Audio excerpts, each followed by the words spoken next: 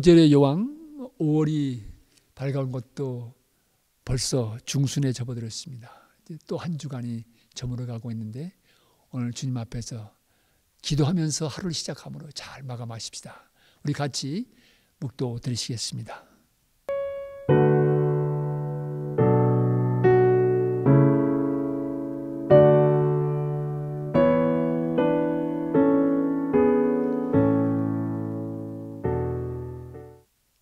아멘. 찬송가 70장 같이 부르시겠습니다. 70장 피난처 있으니 환난은 당한 자 이리 오라. 이 찬송 우리 같이 부르십시다.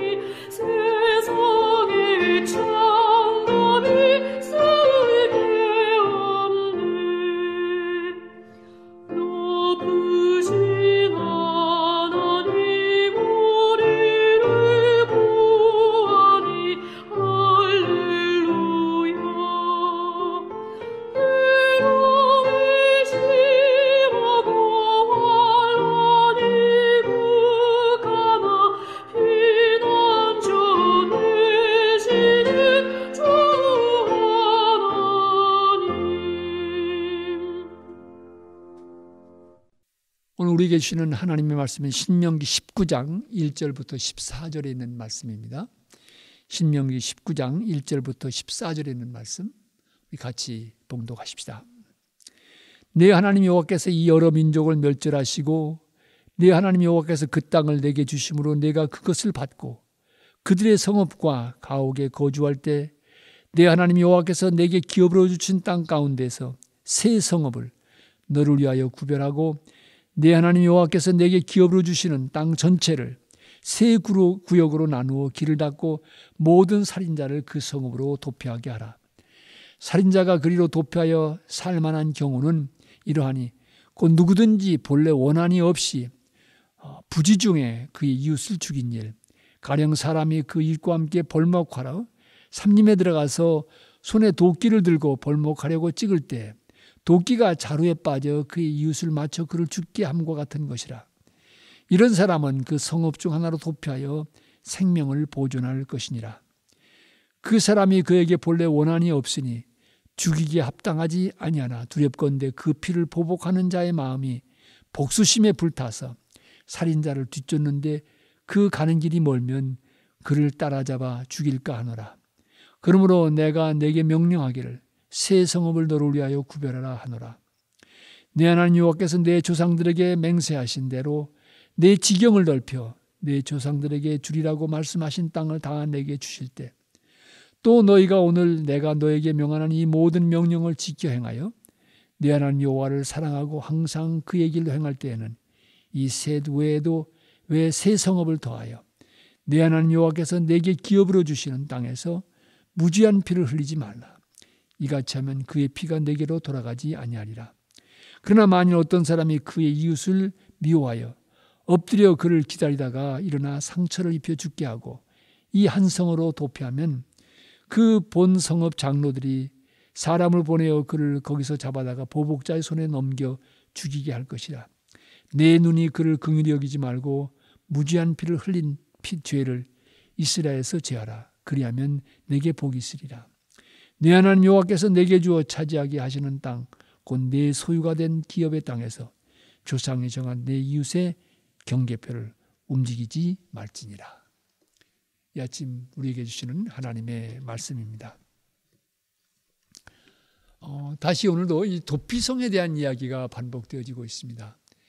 이스라엘 백성들이 애굽 땅에 나와서 광야 생활을 거쳐서 이제 가나안 땅에 정착하는 과정을 밟게 되는데, 먼저 요단 동편 지역에서 두 지파 반이 땅을 얻어 정착하게 됩니다. 특별히 목축업을 많이 하는 족속들 루벤 갓 지파 그리고 므낫세 반 지파가 거기 정착을 하게 됩니다. 그리고 요단강 서편에 나머지 9개 반 지파가 이제 정착을 하고 정복을 하게 됩니다. 하나님께서 이들에게 주시는 여러 가지 명령이 있고, 그 땅에 들어가서 너희들이 거룩한 백성으로 어떻게 하나님을 섬기고 어떻게 이방 종교와의 관계를 정리하고 그런 유혹을 벗어나서 어떻게 구별된 백성으로 살아갈 것인지, 어떤 경제제도, 어떤 경제 시스템, 어떤 왕을 가지고 살아갈 것인지 여러 가지 측면에서 구별된 백성으로 살아갈 것을 말씀하고 계십니다. 그 가운데 하나 오늘 본문 속에서 나오는 것은 이 도피성을 두라고 하는 것입니다. 6 도피성을 두라고, 아마도 요단 동편 땅의 3곳, 서편 땅의 3곳, 6곳에 이 도피성을 둘 것을 말씀하고 있는 것을 볼 수가 있습니다. 이 도피성을 두는 여러 가지 중요한 이유가 있습니다. 그런데 이것은 특별히 본의 아니게 살인의 죄를 범한 사람들, 그 사람들을 보호하고 지키기 위한 하나님의 배려인 것입니다. 여러분이 이 살인을 할 때도요, 미리 살인할 의도를 가지고 계획을 해서 의도적으로 사람을 죽인 것은, 그것은 이 도피성에서 이루어지는 은총에 해당이 되지 않습니다. 그 사람은 바로 넘겨져서 그 행동에 마땅한 벌을 받는 것입니다. 그러나 오늘 본문이 얘기한 것처럼 나무를 베러 갔는데 나무를 찍다가 도끼가 빠져서 날아가면서 이웃 사람을 치는 바람에 그 사람이 죽었다. 이건 전혀 살인할 의도가 있었던 것이 아니죠. 이런 경우 그 사람의 생명을 지키고 보호하기 위해서 이 도피성 제도를 둘 것을 말씀하신 것을 보게 됩니다. 여러분, 이 도피성 제도를 통해서 주님께서 기대하신 것이 무엇입니까? 사람이 죽었을 때 피해자의 가족들 가운데서는 죽음에 대한 분노 때문에 얼마든지 안갚음할 가능성이 있습니다. 그렇기 때문에 이 사람이 죽었을 때 감정에 의해서 원수를 갚거나 응징하는 일을 피하게 하기 위해서 이 도피성 제도가 있었던 것을 보게 됩니다. 사랑하는 가족이나 친척 가운데서 죽음을 당했을 때 그것이 어떤 연고로 이루어진지도 생각하지 않고 죽었다고 하는 안타까운 사실 때문에 감정적으로 동요가 되어져서 사람을 해하는 일이 없도록, 그런 죽음을, 억울한 죽음이 일어나지 않도록 그걸 막으시려는 하나님의 배려가 도피성 제도에 있었던 것을 볼 수가 있습니다. 또한 이 도피성 제도를 통해서 사람을 죽였다 할지라도 정정당당한 재판의 과정을 통해서 정의가 구현되게 하는 것, 이것이 또한 도피성 제도가 갖고 있는 하나의 중요한 의미인 것입니다. 살인을 했다고 하면 가장 중한 죄를 지은 것이죠. 그러나 이렇게 중한 죄를 지은 사람이라 할지라도 그 사람의 범행의 동기가 무엇인지, 어떻게 해서 그 사람을 죽이게 되는지, 이것을 분별해서 억울한 죽음이 없도록 해야 된다는 것입니다.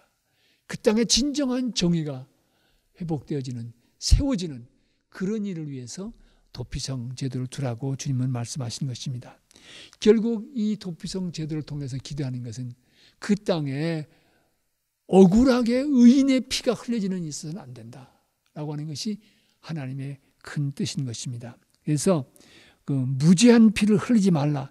19장 10절에서도 보면 내 하나님 여호와께서 내게 기업으로 주시는 땅에서 무죄한 피를 흘리지 말라. 이같이 하면 그의 피가 내게로 돌아가지 아니하리라 말씀하고 있습니다. 그래서 죄 없는 사람이 무고하게 죽는 일, 무지한 피를 흘리는 것을 막고 공정한 재판의 과정을 통해서 진실을 가리고 그 땅에 정의가 세워지는 이 일을 위해서 도피성 제도를 두신 것을 우리는 보게 됩니다. 그래서 의도적으로 죽인 경우는 여기에 해당되지 않고 도피에도 결국은 성읍 장로들에게 보내서 그가 마땅히 받아야 될 벌을 받게 하는 것을 우리는 오늘 본문 속에서 다시 한번 확인하게 됩니다. 그러나 본의 아니게 정말 의도하지 않았는데 그런 사람을 죽인 일이 이루어졌다고 하면 그 사람에게서 진실을 발견하고 진실을 규명하고 생명을 지키도록 그런 제도로 도피성 제도를 주님께서 허락하신 것입니다. 그러기에 이 도피성에 찾아올 때 그 사람은 공정한 재판을 통해서 자신의 죄에 대해서 바로 판단받을 수 있는 기회가 주어졌던 것을 우리는 성경의 역사 속에서 보게 됩니다. 여러분, 오늘 이 세상 속에서도 마찬가지입니다. 억울한 피가 흘려지는 세상은 그것은 하나님께서 심판하실 수밖에 없는 세상입니다. 무지한 피가 흘려지지 않도록 우리는 지키고 정의를 보존해가는 것이 우리에게 필요합니다. 돈이 없다는 이유로 해서 경제적인 약자라고 하는 이유에서 억울하게 또 다른 인종이라고 하는 이유로서 억울하게 무지한 피가 흘려진다고 하면 그 땅은 하나님이 기뻐하시는 땅이 아닙니다. 그런 억울한 질서가 다시 반복되어서는 안 됩니다. 그런 의미에서 이 도피성 제도가 우리에게 주는 중요한 메시지가 있는 것을 이 아침도 기억하시길 바랍니다. 우리가 살아가는 이 세상이 하나님께서 원하시는 정의로운 세상 되고 무지한 피가 흘려지지 않고 또한 죽은 사람이 공정하게 그 죄를 저지른 사람이라 할지라도 공정하게 정의롭게 판단받을 수 있는 그런 세상, 그런 나라, 이것이 주님께서 기대하시고 원하시는 나라의 모습이라고 말씀드릴 수 있습니다. 우리가 살아간 세상 속에서도 이러한 하나님의 뜻이 존중되어지고 이러한 하나님의 뜻이 이루어지는 세상 되도록 우리가 서 있는 자리에서 삶의 자리에서 또 오늘 하루도 헌신하며 살아가야 될 줄로 믿습니다. 오늘 하루 살아가실 때 주님께서 원하시는 뜻이 무엇인지 어떻게 이 세상이 정의롭고 공정한 세상 되는지 이 일에 대한 관심과 함께 이 일에 함께 참여하는 복된 하루 인생 걸어가시기를 진심으로 부탁드립니다. 우리 같이 기도하십시다. 하나님 감사합니다. 또 새날 주시고 벌써 5월 중순에 접어들었는데 살같이 빠른 이 시간 세월을 허송하지 않게 해주시옵소서. 나라가 땅이 무지한 피를 흘리지 않도록 도피성 제도를 두시고 이스라엘 백성들에게 정의로운 세상 될 것을 당부하셨던 주님의 뜻을 살펴보았습니다. 오늘 우리가 살아가는 세상도 가난하다는 이유 때문에 인종이 다르다고 하는 이유 때문에 돈이 없다고 하는 이유 때문에 그들의 귀중한 인권이 하나님이 주신 귀한 생명이 짓밟히는 일이 없도록 주님 지켜주시옵소서. 이 땅을 긍휼히 여기시고 도와주시옵소서. 그런 정의로운 세상 되는 일에 우리가 관심을 갖고 위에서 기도하며 참여해 갈 수 있는 오늘 하루가 되게 해 주시옵소서. 이 아침도 갈보리 계속한 모든 성도들의 가정 한 생명 한 생명을 주님의 은혜의 손길에 품어주시고 지켜주시며 인도해 주시옵소서. 특별히 경제적인 어려움을 당하는 가정들 하나님 도와주시옵소서. 격려해 주시고 길을 열어주시기를 주님 앞에 간절히 기도합니다. 또한 이 영상을 시청하는 모든 주님의 자녀들 위해 오늘 하루도 같은 은혜 내려 주시옵소서. 주님 손 붙잡고 주님과 동행하는 복된 하루 걸어가게 하옵소서. 예수 그리스도를 받들어 기도합니다. 아멘. 하늘에 계신 우리 아버지여, 이름이 거룩히 여김을 받으시오며 나라 임하옵시며 뜻이 하늘에서 이루어진 것 같이 땅에서도 이루어지이다. 오늘날 우리에게 일용할 양식을 주옵시고 우리가 우리에게 죄진 자를 사하여 준 것 같이 우리 죄를 사하여 주옵시고 우리를 시험에 들게 하지 마옵시고 다만 악에서 구하옵소서. 대개 나라와 권세와 영광이 아버지께 영원히 있사옵나이다. 아멘.